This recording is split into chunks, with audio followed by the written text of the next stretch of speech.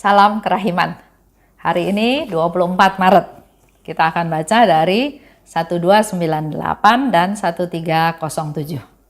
Kita mulai ya. Dalam nama Bapa dan Putra dan Roh Kudus. Amin. 1298. Oh Allah, tunjukkanlah kerahiman-Mu kepadaku selaras dengan kemurahan hati Yesus. Dengarkanlah keluh kesah dan rintihanku, dan pandanglah air mata hatiku yang hancur. Oh Allah yang Maha Kuasa dan selalu Maha Rahim, kemurahan-Mu tak pernah habis. Meskipun kepapaanku seluas lautan, aku percaya penuh akan kerahiman Tuhan. Oh Tritunggal yang kekal, oh Allah yang Maha Murah, kemurahan-Mu tak terhingga. Maka aku percaya akan lautan kerahiman-Mu dan merasakan kehadiran-Mu Tuhan, meskipun terpisah oleh selubung. Semua kuasa kerahiman-Mu, oh Tuhan, diagungkan di seluruh dunia. Semoga penghormatan ini tidak pernah berhenti. Maklumkanlah, hai jiwaku, kerahiman Allah dengan penuh gairah. 1307. Oh kasih yang kekal, oh lubuk kerahiman, oh Tritunggal Kudus tetapi Allah yang Esa, hatimu penuh kasih terhadap semua orang. Sebagai seorang Bapa yang baik, Engkau tidak mengabaikan seorang pun. Oh kasih Allah, oh mata air yang hidup, curahkanlah diri-Mu atas kami, makhluk ciptaan-Mu yang tidak pantas ini. Kiranya kepapaan kami tidak menghalangi aliran kasih-Mu, karena sungguh tidak ada batas untuk kerahiman-Mu. Hari ini kita diajak oleh Suster Faustina untuk belajar berdoa. Atau Suster Faustina mau sharing apa yang dia doakan, apa yang dia katakan kepada Tuhan. 1298. Oh Allah, tunjukkanlah kerahiman-Mu kepadaku selaras dengan kemurahan hati Yesus.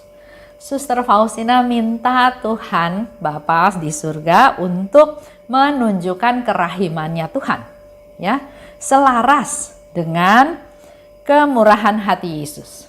Coba kita ingat-ingat apa saja ya yang kita ingat tentang kemurahan hati Yesus.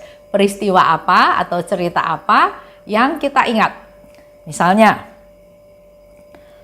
Yesus mengampuni wanita yang kedapatan berzina.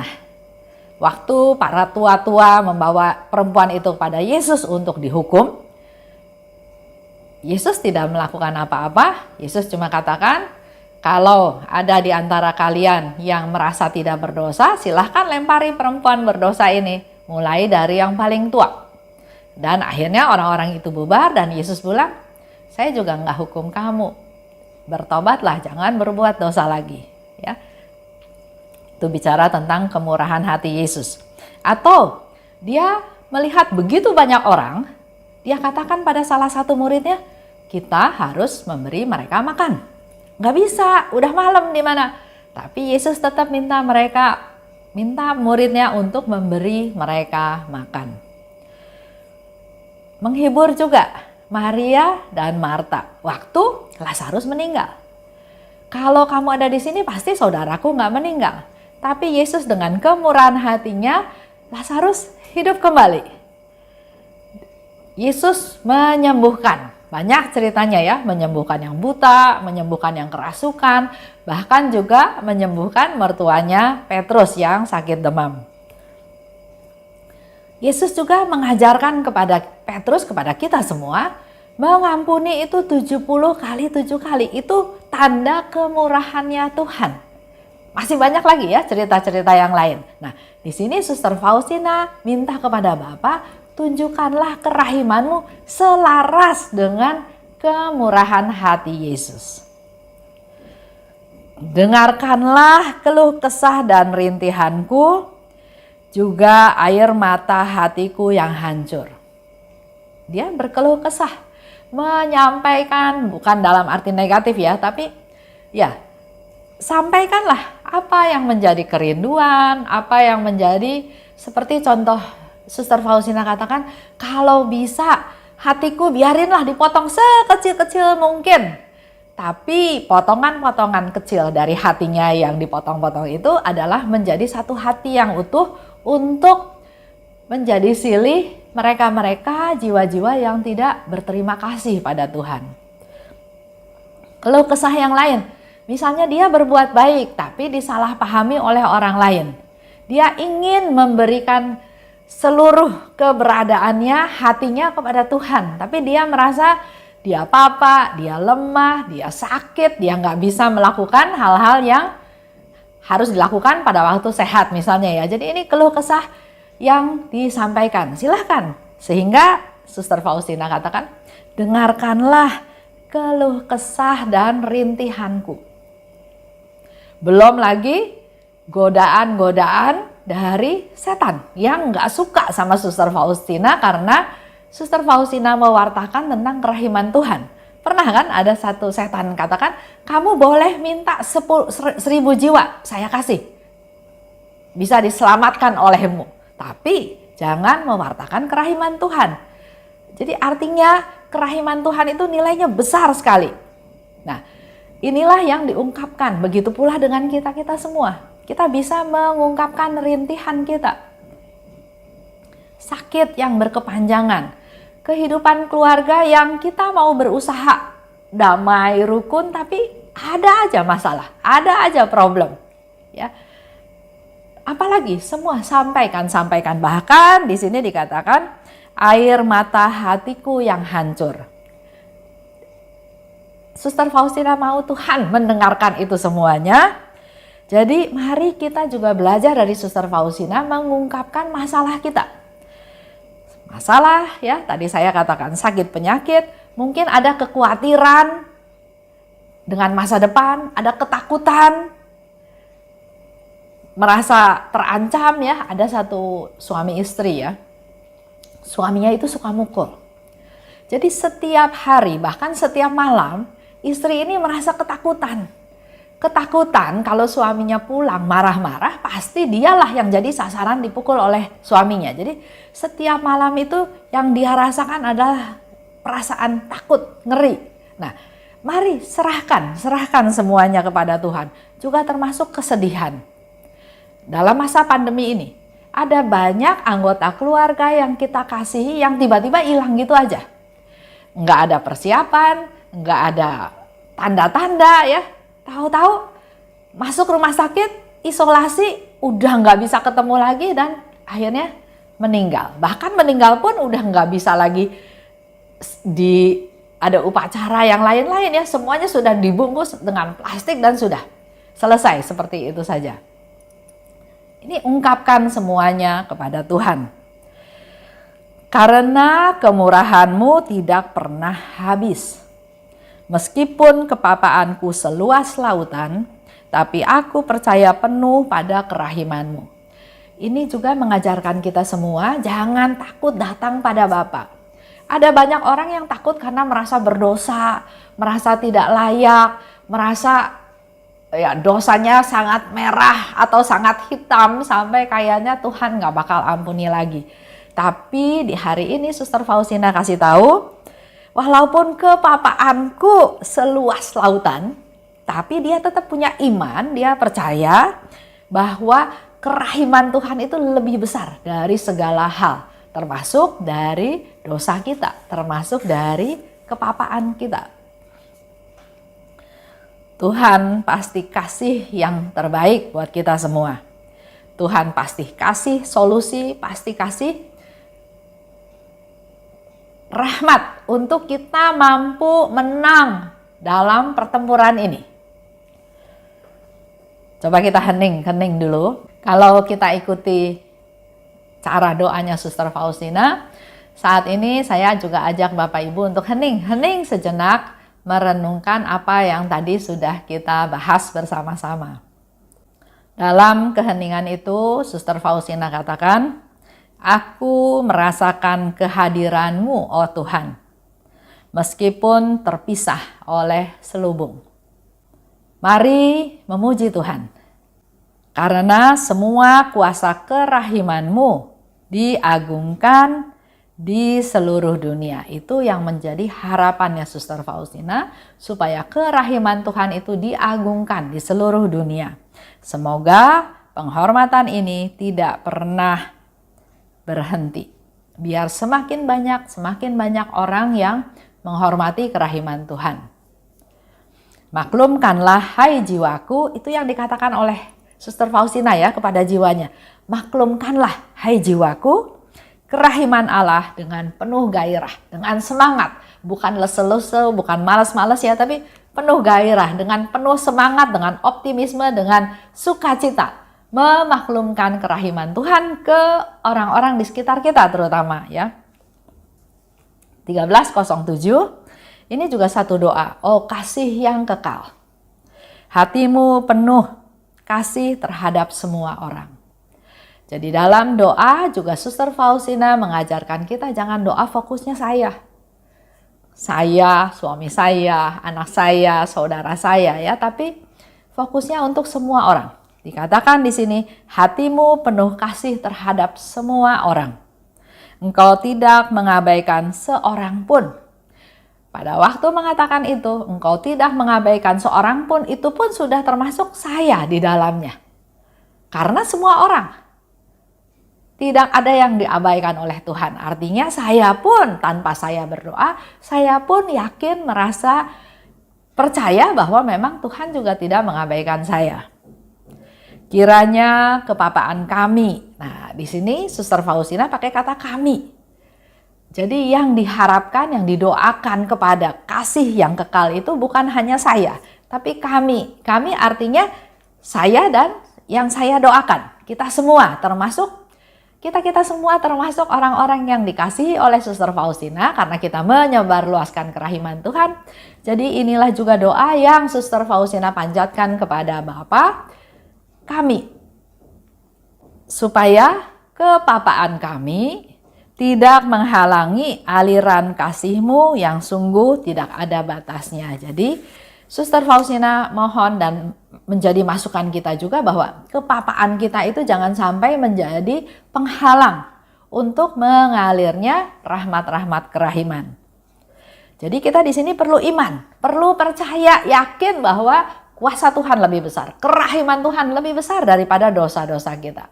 Punya iman, percaya, dan dengan segala kepapaan juga Tuhan tetap memperhatikan kita, Tuhan mengasihi kita. Saya mau tambah sedikit. Beberapa waktu yang lalu, mungkin Bapak Ibu juga ikut ya seminar yang diadakan oleh KKIKJ, di mana pembicaranya adalah Pak Stephen Lex. Pak Stephen Lex itu adalah, kalau saya sebut ya, itu dedengkotnya devosi kerahiman ilahi di Indonesia.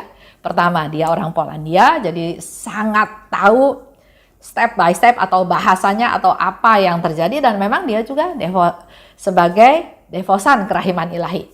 Dulu istilahnya devosan, tapi sekarang setelah ngobrol sama Pak Stephen Lex, saya juga setuju jangan menyebut diri devosan.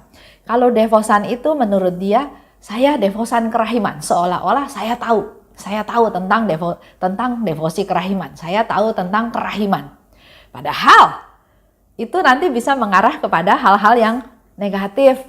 Jadi sombong, saya tahu. Dia sekarang pakai istilah bukan devosan tapi murid Yesus tersalib.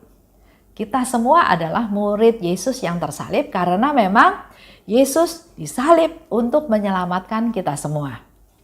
Nah, di awal pengajarannya atau di awal seminar di sesi pertama, dia mengatakan ada 3 keutamaan yang diberikan ya. 1, harapan. Harapan adalah kemampuan untuk melihat lebih jauh ke depan daripada dengan melihat mata saja ya. Jadi ada pandangan yang lebih jauh ke depan. Harapan yang berkembang dengan baik, kalau kita punya harapan yang positif, harapan yang berkembang dengan baik, maka lama-lama akan mengkristal, akan menjadi berpusat pada Yesus, Engkau andalanku. Berpusat pada Yesus sebagai andalan hidup kita. Itu dari sisi harapan. Yang kedua, kasih. Kasih itu adalah kemampuan untuk melihat lebih dalam. Kalau harapan tadi melihat lebih jauh ke depan, kalau kasih itu adalah kemampuan untuk melihat lebih dalam. Dan ketiga, iman, kemampuan untuk lihat semuanya dalam terang yang lain. Kita diberi 3 hal ini. Harapan, kasih, dan iman. Lihat jauh ke depan, lihat jauh ke dalam, dan yang ketiga kita melihat dengan terang yang lain. Itu aja untuk hari ini. Kita hari ini diberikan satu contoh doa oleh Suster Faustina. Kita minta agar Santa Faustina mendampingi kita, berdoa syafaat untuk kita, agar kita juga bisa meneladan apa yang sudah dia lakukan. Itu aja untuk hari ini. Terima kasih. Dalam nama Bapa dan Putra dan Roh Kudus. Amin. Salam kerahiman.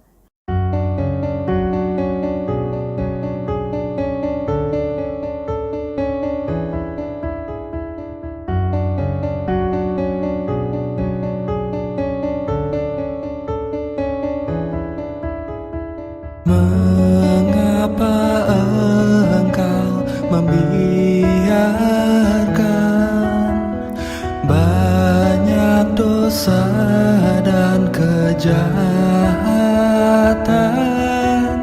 Mengapa engkau tidak menghukumnya? Ternyata engkau masih memberi kesempatan. Dia memperpanjang masa kerahiman.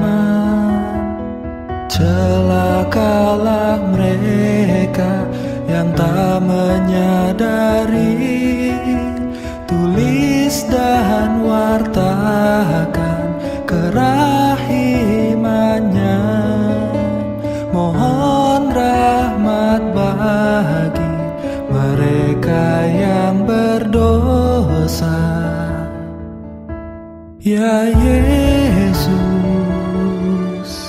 terima kasih atas semua kesempatan yang Engkau beri. Ya Yesus, ampunilah atas semua dosa yang terjadi.